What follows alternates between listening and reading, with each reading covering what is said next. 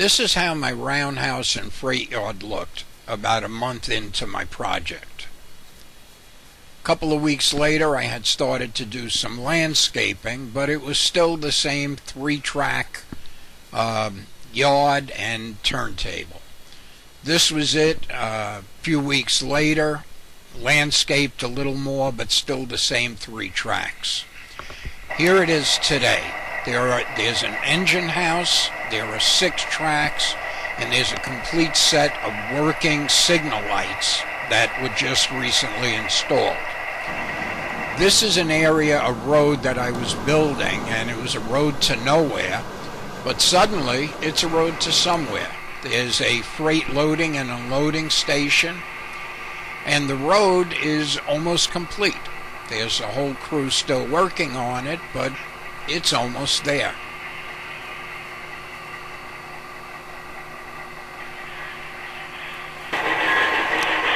The working signals that I put in were a result of frustration because every time I would bring trains in and out, I would have to stop, look and see which way the switch tracks were facing and adjust it. I had a problem with the switch tracks, or turnouts as they're called nowadays, from the beginning, because the Atlas machines, I always found them to be a problem. They were very unnatural looking, unreal looking. I didn't like the 3 wires that showed, and I didn't like having this bulky machine.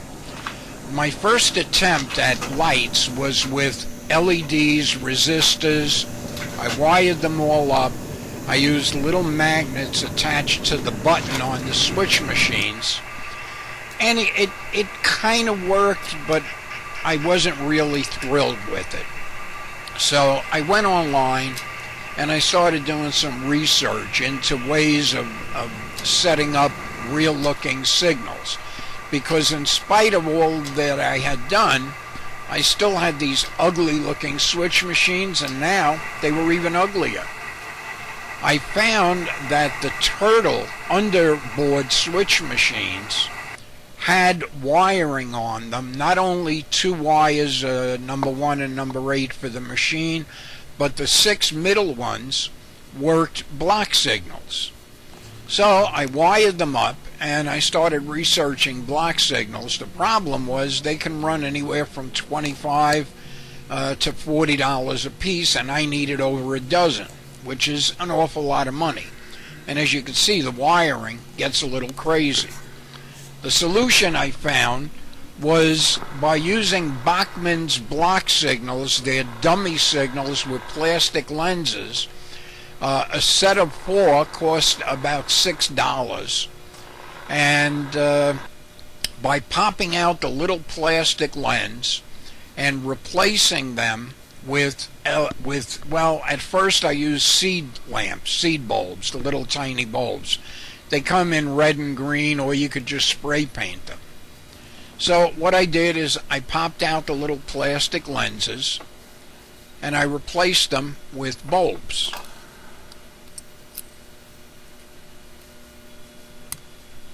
The bulbs were wired through, oh, by the way, you have to widen the hole a little for the bulbs to fit. The wires to the bulbs, I passed through some thin aluminum tubing that I found on Amazon.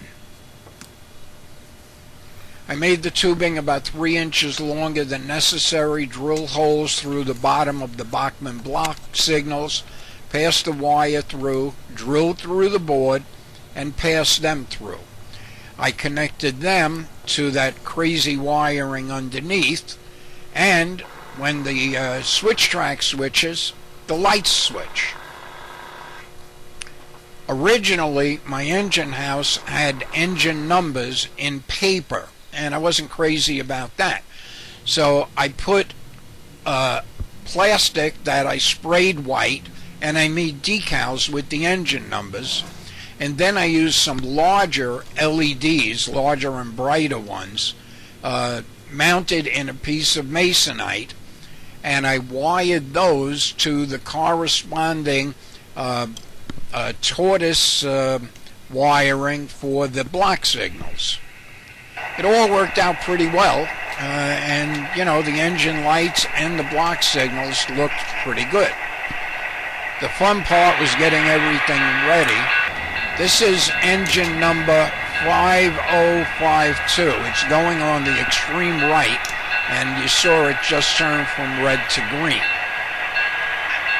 These work with the signals on the side, the block signals.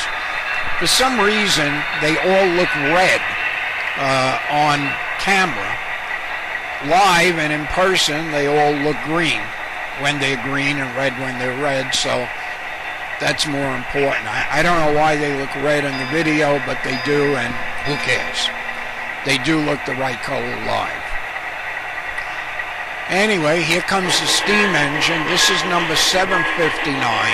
It's the third one to the left, and if you watch, the red light as I switch the switch will turn green. And that shows me that the train is going into the right place.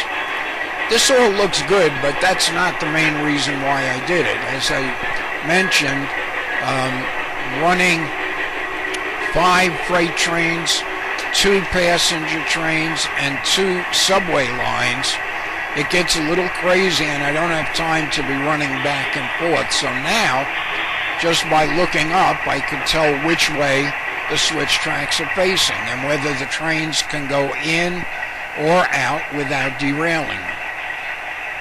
Here comes 5052 back out, and it's going to go into service. As you'll notice when it comes out, there's going to be 2 overhead lighting structures. The closest one to the camera I made by hand using masonite, plastic girders, and LEDs, the larger, brighter LEDs. The one in the background was made through I think it's lifelike. These things, these overhead structures, these dummy overhead structures come with a lot of the buildings. You could see it there in the background. And what I did is I popped that out and replaced them with LEDs. And again, the aluminum tubing, and wired them into the turnout wires. Okay, now if you watch, that red light on the right and green light on the left are going to reverse. The left light is for the yard, the right light is for the main line. And now the train is cleared for the main line. Anyway, it was a bit of a challenge. It was a lot of fun doing it. It was a lot of aggravation, but it's all done. Happy New Year, and thanks for watching. Bye-bye.